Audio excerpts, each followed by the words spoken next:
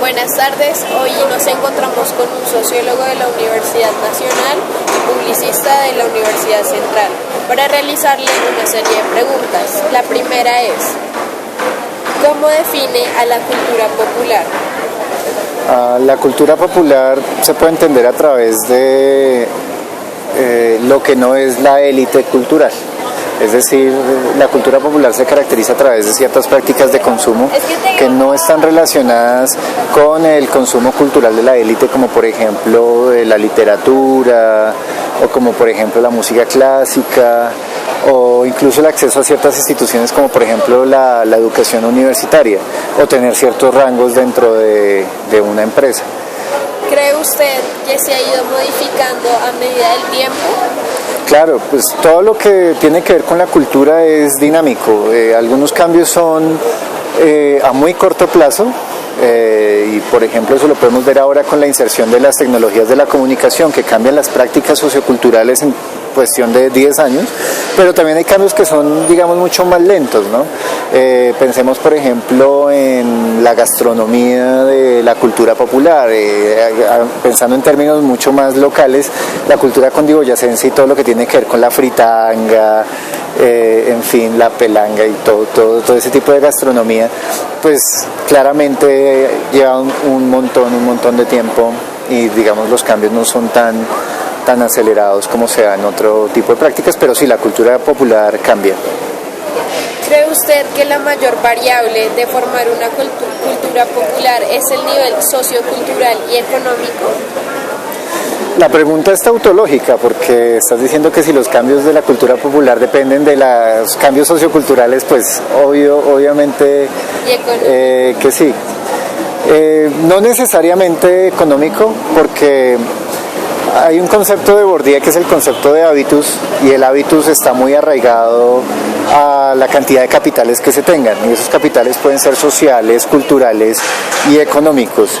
Y en ese sentido, tener muchos capitales económicos no implica necesariamente tener un cambio de hábitos de manera acelerada. Eso quiere decir que si tú haces parte de la cultura popular y a ti te gusta eso, la música popular, la gastronomía popular, las telenovelas, ver fútbol colombiano, por ejemplo, fútbol nacional, en fin, como todas esas cantidades de prácticas que podrían ser entendidas como populares, el hecho de ganarte la lotería puede que no te haga cambiar inmediatamente a tus gustos, entonces tú ya no vas a dejar de comer lo mismo por ir a comer caviar, porque pues el cambio de los gustos y el hábitus no se da de la misma forma como posiblemente se da con los capitales económicos. Sin duda influyen, pero creo que no cambian drásticamente los hábitos de un momento para otro. ¿La tecnología ha sido un pro o un contra frente al desarrollo de las culturas populares? Hay muchas perspectivas, incluso contradictorias. Si uno lo entiende desde el concepto mismo de industrias culturales, uno podría entender que lo que hizo las industrias culturales y el acceso a ellas a través de los medios masivos de comunicación fue la homogenización de las culturas populares, ¿sí? De alguna u otra forma, eso se ve manifestado en que la cultura popular norteamericana y la cultura popular latinoamericana tiene un montón de productos culturales que son convergentes, ¿sí? Los seriados o el cine hollywoodense y los valores que por ahí fluyen, pues han sido causan una consecuencia en particular, y es la estandarización de la cultura popular, por ejemplo. Pero por otro lado, el acceso a esas tecnologías también facilita la diversidad, ¿no? Es decir, el acceso a diferentes referentes culturales, que ya no se necesita, por ejemplo, tener acceso a una universidad para poder conocer sobre Sartre o poder escuchar una ópera o poder leer alguna revista, que si no tienes los capitales económicos pues no puedes acceder a ellas. Pues ahora las tecnologías sí facilitan esos consumos, y en ese sentido es positivo. ¿Qué es la contracultura y cómo se relaciona con la cultura popular? Pues en buena medida la contracultura debe ser entendida a través de una lógica de la dominación.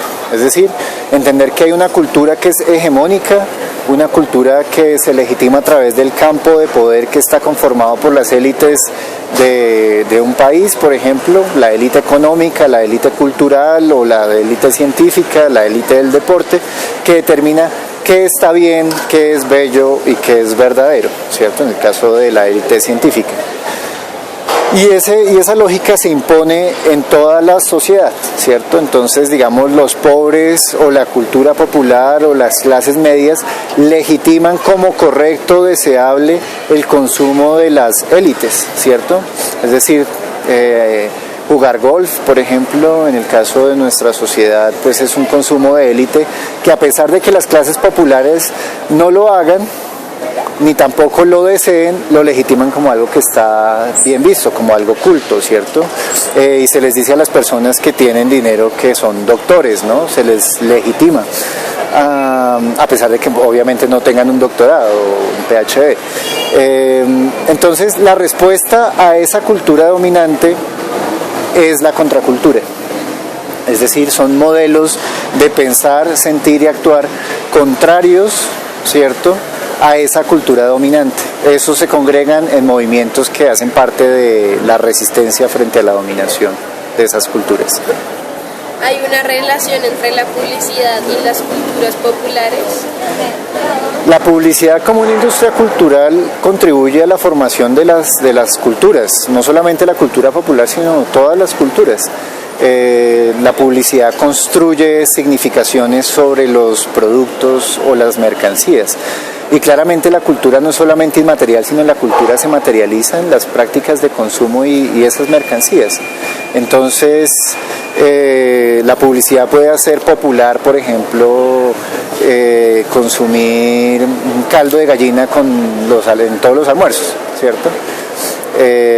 O la publicidad puede hacer que se reemplace el jugo, ¿cierto?, por la gaseosa, ¿sí? O la publicidad puede hacer que se estimule cierto consumo cultural, como por ejemplo el de las telenovelas o cierta película. Entonces, sí, claramente la publicidad influye en el consumo cultural de las clases populares. ¿Cree usted que hay que mantener los rituales? Yo no creo que los rituales sean buenos per se. Es decir, los rituales tienen una función dependiendo de un contexto específico. Pensar que el matrimonio o el rito del matrimonio tiene que durar porque sí, porque es bueno, porque sí, no me parece que sea algo demasiado inteligente, ¿sí? Los ritos funcionan porque la gente los legitima, porque la gente cree en ellos, ¿cierto? Y no creo que los ritos sean buenos o malos en sí mismos, sino depende del contexto. Así los ritos pueden acabarse, no pueden mantenerse sin que eso sea moralmente bueno o malo. ¿Qué piensa usted frente al rol de las empleadas domésticas con la sociedad? Pienso que como todos los roles que hay en la actualidad pues tienen una función.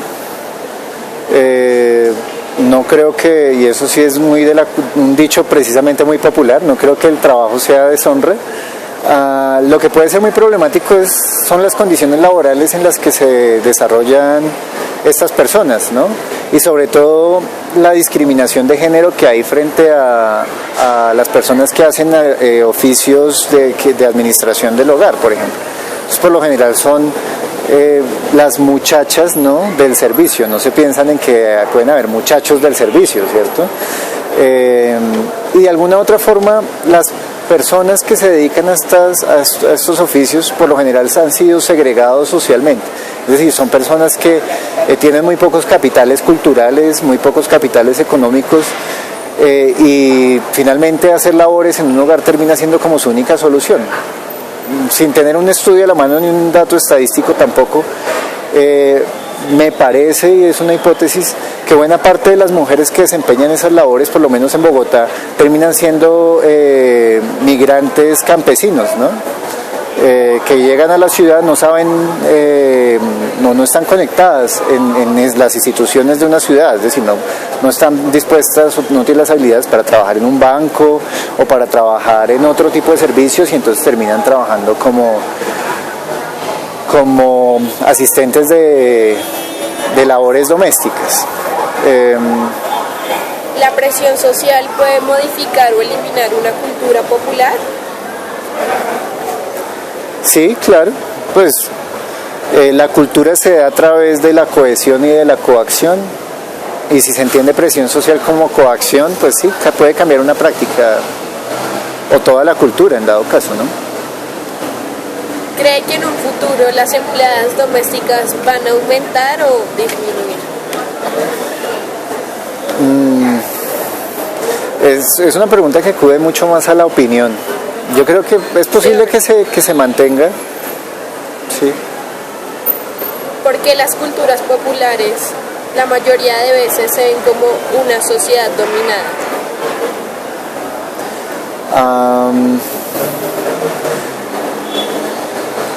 Posiblemente porque para entender qué es la dominación uno tiene que entender que el concepto de dominación es la voluntad del dominante que se impone frente a la voluntad del dominado. Y eso se ve tal vez en la cultura popular en el acceso que se tiene a otro tipo de culturas o de productos, ¿no? Es decir, hasta qué punto la cultura popular depende de sí mismos. Y no creo que sea tan así. La cultura popular en buena medida depende de lo que les ha quedado, ¿no? La variación de costumbres de una u otra manera puede afectar drásticamente el trabajo de las empleadas domésticas. No te entendí muy bien la pregunta. La variación de costumbres de una u otra manera puede afectar drásticamente el trabajo de las empleadas domésticas. Yo creo que sería necesario para responder esa pregunta saber qué tipo de variaciones, ¿no? Pero supongamos, no sé, un caso muy hipotético. No, o sea, frente a ellas, las características que tienen ellas, esas serían como las variaciones. Puede que sí, claro. Es decir, que si la trabajadora doméstica trabaja en un hogar en donde solamente se escucha vallenato, pues si a ella no le gusta, es posible que termine generando un gusto o un fastidio mucho más radical. Lo mismo si se escucha ópera o si se tiene acceso a cierta gastronomía, ¿no? Porque de alguna manera cuando hay contacto cultural diferente se genera hibridación, es decir, la mezcla de prácticas culturales. Entonces, si tú eres o trabajas en servicio doméstico en una familia asiática, por ejemplo, aquí en Colombia, pues seguramente vas a comenzar a adoptar ciertas prácticas y es posible que tu vivienda en algún barrio marginal donde viva esta persona, pues comience tal vez a decorarla según el Feng Shui, porque hay contacto cultural, ¿cierto? Hay hibridación cultural. Bueno, y por último, ¿usted de las personas que tiene una buena relación con su empleada doméstica, teniendo en cuenta todas las costumbres y hábitos que practica? En este momento yo soy amo de casa, entonces yo hago mis propias labores del hogar, barrer, trapear, cocinar, lavar la ropa. Pero en la casa de mis papás sí hay empleada doméstica y en buena medida ella ha estado, no sé, alrededor de unos 15 años tal vez trabajando con nosotros o con mis papás, y yo creo que siempre la relación con ella ha sido como muy de hermandad. De hecho, yo creo que ella a estas alturas hace casi que parte de la familia, a pesar de que no es, ¿cómo se dice? Ella no reside en la casa, pero va de lunes a viernes, los sábados, mediodía, entonces es una relación casi que cotidiana, ¿cierto? Entonces creo que la relación no es para nada denigrante,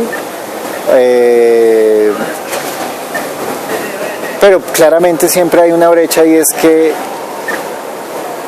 por más que uno no quiera, pues no es de la familia, ¿cierto? No es la tía o no es la hermana.